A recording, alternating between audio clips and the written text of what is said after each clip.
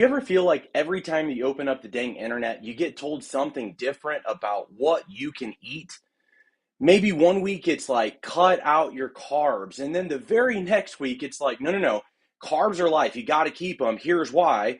And then maybe after that, it's like, no, no, no, stay away from fats because this is going to lead to heart attacks and whatever. Following week is going to be exactly why fats are the missing ingredient to your fat loss plan. Okay. So the real key is you're probably just wanting to know what the heck should I actually eat to lose weight and feel good without feeling freaking miserable. Okay. Well, if that's you, you're in the right place because in this video, I'm actually going to be breaking it down simply. No fads, no bull crap, no hype, just real food strategies that work. And I'm going to give you some examples of each style of food to make sure that you are eating foods that both keep you nourished, reaching your results, and giving you that sense of relief so that you don't feel like you're going to need to deviate from the plan itself, okay? So without further ado, let me go ahead and share my screen here. We're going to dive on in. So we are talking about today, one second here. We're talking today about best fat loss foods without starving or cutting out everything that you love, all right? Now, I know that there's a lot of different hype out there with superfoods and all this different stuff, but what I'm here to tell you is that there actually is no magic food, but there is a smart way to eat. And chances are you've probably not heard what this method and all these methods are, okay? So there are a couple things that you need to know. Number one is that you're going to hear me say this a lot, and that is fat loss comes from a calorie deficit first, okay? So there is no magical fat burning foods, but what you do eat is going to make it easier or harder in staying in a deficit for long or consistent times, okay? So the type of food does matter. In fact, and we're going to break down two different styles and a couple different styles of macronutrients. Some are going to help you stay full and more nourished, more consistent, and others are going to do the opposite. So first thing we're going to talk about is TEF, what is known as the thermic effect of food or thermic effect of feeding, all right? Now, simply put, is that you use calories when you digest food and through the nutrient delivery system. This is known as thermic effect of food. And all this simply means is that eating those foods is going to have a thermic effect, meaning that is going to use heat or energy in order to, from the food that you're eating for nutrients and for digestion, okay? So higher fiber and higher protein foods are going to be both lower typically in calories and more thermogenic, meaning that they are going to help you burn more calories just by eating them. So if you're not getting enough fiber and not getting enough protein, there's going to be problem number one outside of being in your calorie deficit, okay? So again, protein and fiber have the highest TEF. They are going to use more calories than other macronutrients. So if you're getting low protein and not enough fiber, you are leaving fat loss on the table, all right? Now, the other thing you want to do is to avoid low volume, high calorie foods 80% of the time. I am not going to be the one to tell you like, oh, stay away from all these foods and demonize all foods. No, no, no, no. But there is a level of eating more of certain foods because they're better for you and they have better nutrient outcomes, better results. And then there are going to be the foods that you want to eat less often because it's only going to exacerbate the situation. It's going to make it harder on you. So what I'm going to do is talk about how to use what we call the 80-20 rule so that you are both nourished and reaching your goals, but you're also feeling satisfied, satiated, and no longer deprived, okay? So chips, oils, sugary snacks, 80% of the time we want to avoid those, all right? Now, in that same vein, we also want to avoid 80% of the time high glycemic index foods, okay? So I'm not going to get into all of the glycemic index stuff. I've got other videos on that, plus I'll be doing more. But it essentially, though, we want to avoid high glycemic foods. We want to avoid overly processed foods, liquid calories. Again, just 80% of the time. 20% of the time, I'm going to explain it. You're going to be able to do whatever you want to within the bounds that I'll kind of go over. But 80% of the time, we do want to avoid higher glycemic index foods, overly processed foods, liquid calories. Liquid calories are going to be, having sodas and wines and different things like that, even juices. Glycemic index foods are going to be any foods that are going to be higher in glucose response, meaning that the glucose uptake is really quickly or it releases glucose really quickly. So these are foods typically higher sugar and lower in fiber, okay? So again, they're going to lead to feeling hungry again not too long after you've eaten them, and energy crashes. Not great. Okay, the other thing is that you're going to have a higher potential of storing that glucose as fat on those higher glycemic index foods instead of using it for energy. That's not fun either. That sucks. You've got a higher potential for diabetes with higher glycemic index foods and processed foods. You're going to have more inflammation, more gut irritation. You're going to feel like crap, maybe even feeling sluggish. Now, again, that's not if you're eating these foods 20% of the time, like you're going to hear me teach. This is if you're eating those foods all the time. That's what we want to watch out for, okay? So, with that said, there we go. What you do want to do is favor high volume, low calorie foods. Okay, this is going to be your lean proteins, your vegetables, fiber rich carbs. So that's going to be lower sugar and higher fiber, which is going to mean less of an insulin spike, less of that glucose spike. You just feel better. It'll be easier to adhere to. You will have so much better hunger control where you're not feeling like you're ravenous an hour or two later, and where you're wanting more and more sugars. You're also, with high volume, low calorie foods, you're going to feel like you're eating way more. You get that munch effect where you're just sitting there eating like, maybe it's, baby carrots and a ranch dip, something like that. And a lot of people are like, oh, but ranch is bad. You're missing it. Where you want to start eating the things that like carrots and fiber foods and different things like that. And if at first 80% of the time you need to still be able to do like ranch dips and whatnot, go for it. It's going to help you to get those nutrient calories in. Plus, you can count ranch dips and what have you in the 20% of what I'm going to teach about in just a second, okay? So what you can count on from this is more satiety, better digestion, more energy. All of these things are going to impact your ability to stay consistent in a deficit. And again, if you followed me for a little bit, you know that is what this is all about. Okay, so point number 2, you hear me talking about the 80-20 rule. This is the part where we talk about that. The 80-20 rule is going to be supporting your goals, but giving you the reprieve from healthy foods so that way when you want fries or a burger or ice cream, you're not cheating to have those foods. You're simply incorporating it. I liken this to like how Dave Ramsey talks about using, the envelope system for getting out of debt. So basically, if you don't have the money, you don't buy it, and you basically go on a spending freeze for a bit to get yourself out of debt. But he does want you to use a small amount, maybe 10%, whatever this amount of money is that he calls your blow money, your reckless money, your whatever it might be that's extra, so that you can take some of that money that you're working so hard for. Yes, most of it's going towards debt, and then some of it is going to go towards enjoying life a little bit, where it's like, you're able to go out to eat, you're able to go get a movie, you're able to, go get something small, and it helps you to keep chipping away at the debt. Well, guys, universal principles that work in finance and work in business, if they're universal, they should also work in fitness and health. And guess what? They do. So the 80-20 rule works in here just as well as it works in your finance, in your business. So these rules that have made you successful or made you let's say having a lucrative business or career are going to be the same principles that you would want to use here. My job is to show you how to do that in a sustainable manner, okay? So the 80-20 rule, basically, here we go. Let me make sure I got a few of these. Yep. So the 80-20 rule here, 80% of your calories are going to come from nutrient-dense, minimally processed, low glycemic indexed foods, 80% of the time. This is going to be your protein will be chicken, eggs, Greek yogurt, lean beef, cottage cheese, egg whites, protein shakes, you name it. This is going to be some. This is not an exhaustive list, but these are some of the things that you can do. You can also still absolutely make protein foods taste amazing also, okay?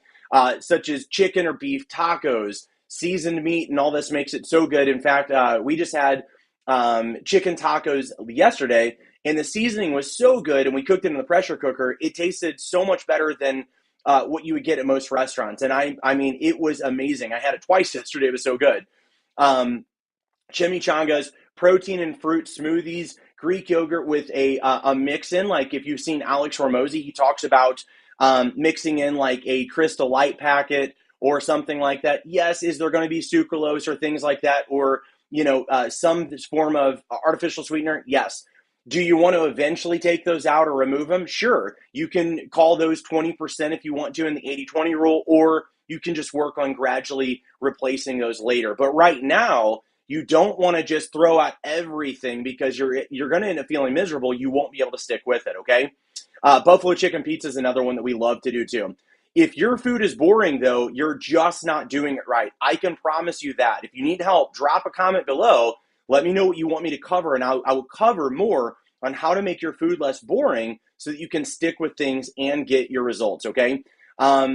Let's see, next one here. Carbs, all right? So carbs are going to be and this is still for the 80%, oats, potatoes, rice, berries, apples. Protein noodles is another one that we love to do. High fiber tortillas, my clients do those a lot. Whole grain flatbread, we do those for buffalo chicken pizzas. And again, this is where like buffalo chicken pizza, wraps, toast with real butter. These are all things that you guys can do and still be in the 80-20 rule, okay? Let me drag it down this way. I think it's a little easier. Fats, okay? So olive oil, make sure you measure this, guys. Don't just guesstimate and splash on a bunch because the calories add up so quickly. Avocado, nuts, seeds in moderation, of course. These are good things for you to be able to eat in the 80% rule. Now, the next one is fiber. This is where it's like leafy greens, lentils, beans, chia seeds, broccoli. There's so many more, but just to give you just a few. Now, one of my favorites that most people don't realize has fiber is popcorn. Doing popcorn on the stove with about a teaspoon or a little bit more of real butter is such a great treat, and you're going to get fiber out of it. So just a really cool one that we enjoy. Now, for the 20%, this is where you're going to eat the foods that you enjoy. So 20% of your calories can come from foods that you enjoy that might not be considered healthy, okay? So desserts, burgers, and when I say burgers, I mean buns and burgers, pizza, tacos, going to a restaurant, having a beer, having a glass of wine. These are all in the 20% rule, okay? As long as it fits your calorie and your macro budget, it will work. Now, can you go more than 20%? Yes, I'll talk about that in a second, but I'm not going to recommend it often, okay? Also, guys, this is going to help you to avoid the binge and restrict cycle because you're not going to feel deprived where you go and binge because you're missing out on foods. I used to live that life. It's not fun. It's not effective. It's going to help you keep results so much more sustainable too, okay? So my question is for you, when your cravings are met every single day pretty much, and you're also losing body fat, would you really want to deviate from that when it's working and you're feeling satisfied and satiated? I'm going to guess no. At least it's not been for me or clients out of the last 20 years, okay? So make sure that you plan your 20% ahead. And what I mean by that is making sure that you have the calorie and macro budget for it. Do not wing it last minute. That's how you end up going, oh man, I meant to just have I was able to have 2 servings of chips, and next thing I know, I had a whole bag of chips. Now I blew all of my calories. I've undid my week, and now I don't feel very good about it, blah, blah, blah, okay? So just plan ahead. It does not take that much, all right? Another thing is, if you are going to do this 80-20 rule thing, which I highly recommend, make sure that you're not going over 20% of your fun foods. Again, you can still lose while going over the 20% if you're still within your calorie deficit, but you are going to feel crappier, and eventually you're going to start feeling more malnourished. The other thing is, don't trade your protein or fiber target so that you can have your 20%. Meaning, if you're way under on your protein or fiber and you're like, oh man, I'm ready for my 20% of food and I want Funyuns and I want this, that, and the other, but you know that you're like 30 grams behind in your protein, you messed up that day. Now, can you still do it? Sure. But I don't want you to, if you're my client, I'm going to tell you, hey, you can do that. But next time, here's how we'll do it better so that you don't have some of the, the negative side effects going on with it. Okay. Okay. So the other thing with when you go over 20%, you can do it. You'll still reach your goals likely. But you're probably going to feel pretty crappy if you do it too often, and results can start slowing after a while. I've seen that quite a bit with clients where they're like, I'm doing everything right. And then I look and I'm like, no, you're doing like the 50-50 rule instead of the 80-20. You're getting way too many insulin spikes. You're not hitting enough fiber or protein. So therefore fat loss is on the table or is off the table. Okay. I probably should have said that better. You're leaving fat loss results on the table. There we go. Guys, you're going to hear me a lot of times get tongue-tied. I'm not the most articulate or eloquent speaker, but I do know my stuff. I've done this for a long time, so bear with me. I appreciate your patience. Let me know in the comments if you ever feel like that too, whenever you're like getting all excited, tongue-tied and whatnot. Okay, now, what fat loss foods are there for you to choose? Okay, well, I'm going to go through a few of these things with you. Number one is that the best fat loss foods or the best foods are going to be the one that you actually want to eat consistently while being able to stay in your calorie and macro targets. I know that sounds obvious, but to most people, it's not. They're like, well, just tell me what I need to eat and I'll just force it. I'll just make myself. No, find foods that you enjoy. There's endless list of the 80% rule. So if you don't like fish, don't include fish in your freaking food. If you hate kale and stuff like that, don't include it. But I will say something that I learned over the last 20 years, when I first got certified through American Council on Exercise, I was taught that upwards of 7 to 8 times you should introduce your kids or yourself to a food before you deem it that you don't like it. Well, as of about, I think it was 3 years ago, they actually found through a neurological study that it was almost, I think, 12 or 13 times that you can be introduced to a food and suddenly the 14th time, you suddenly not just tolerate it, but like it. So don't just sleep on some food and go like, well, no, I hate it. I've always hated it. I never will. So I guess I just got to stay unhealthy. Bull crap. If you tried it 10, 12, 13 times, I know it sounds excessive, but if you care about your results, sometimes it's worth it to try it. Why am I talking about this? Some of you guys literally grew up eating zero vegetables. You hate vegetables and you wonder why you're struggling with feeling good and having energy. I'm going to do a whole video talking about like the frequency and megahertz of what foods produce. There are foods that are kind of like dead foods, and then there are foods that are alive foods. I know that sounds crazy. I'll talk about it another time. Drop a comment if you want me to talk about that. But just know that eating more vegetation is going to help you in your results, your cognitive function, your energy, and your life quality. Okay, I will digress. Okay, next one, guys. Make sure that you aim for simple, repeatable meals over superfoods and over variety. Once you get it dialed in, that's when you go for variety. So many clients of mine, the first month or two, when they try and build all this variety and get it all perfect, they end up overwhelming themselves. And every time that I make them simplify it, just repeat, hey, John, I want you to stick with just out of the meal plan that I wrote you, I want you to do 2 of the days, repeat them. When you get it dialed in without flubbing, now you can add another day, or we can start doing some of the more macro-friendly, flexible eating style stuff, okay?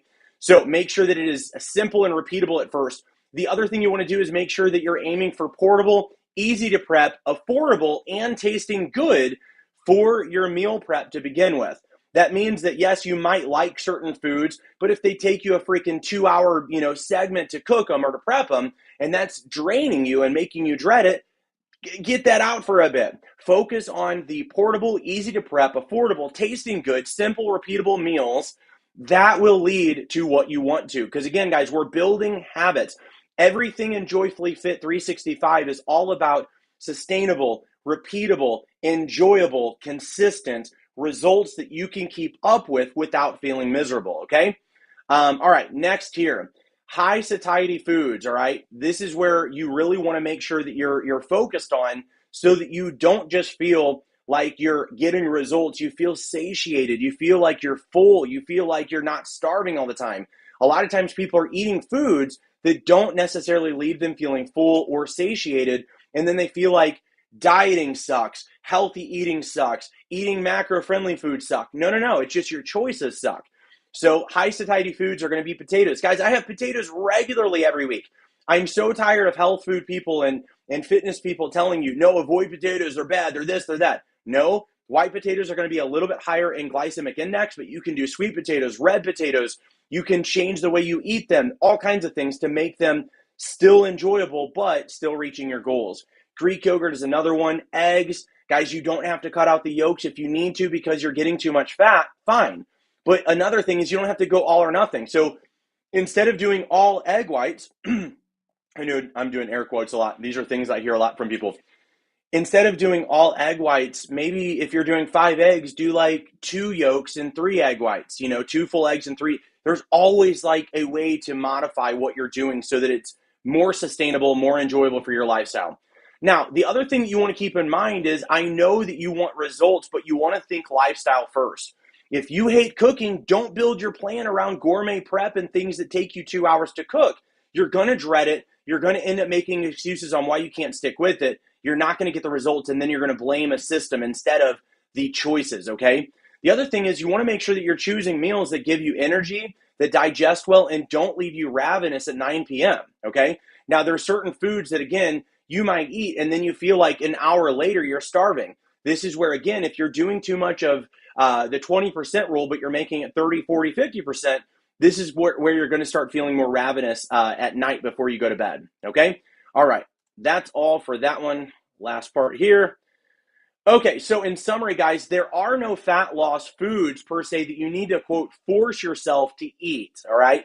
We don't want to do that, but you want to keep in mind that just because there's not any superfoods that automatically cause fat loss or make you fit, how you eat, and it can absolutely play a huge role. So why we're not going to be talking about superfoods in this video, and why we didn't talk about that, we are talking about a lot of important things on how you should stack up your meal timing and what you're eating in that 80-20 rule as well. So again, we want to focus on, there we go, focus on staying within your calories at minimum, number one.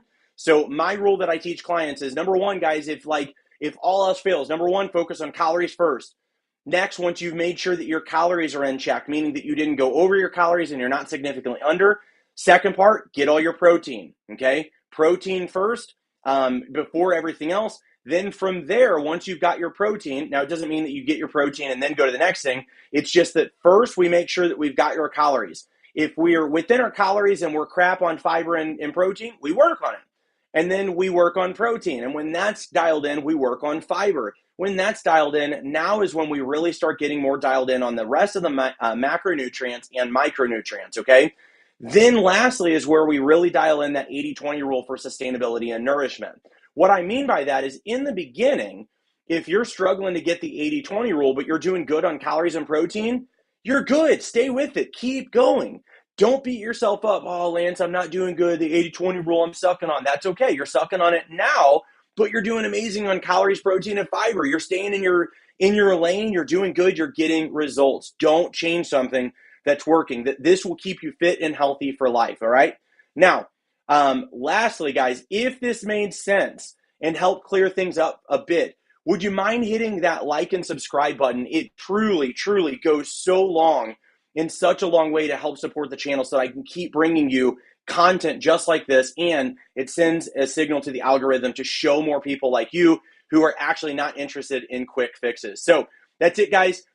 Be sure to, if you're wanting to know a little bit more, if you want to dive in, check the links in the description. I've always got freebies for you, and I've always got very affordable products that are going to help you to get where you want to go. So thank you guys so much. Thanks for being a subscriber and watching.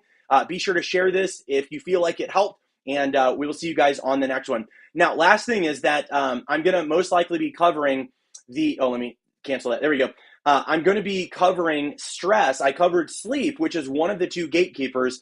I'll likely be covering stress, the other gatekeeper, and how it can absolutely destroy your fat loss results and progress. So if you don't want to miss that, be sure to subscribe, hit the notification bell, and we'll see you guys on the next one. Thanks so much.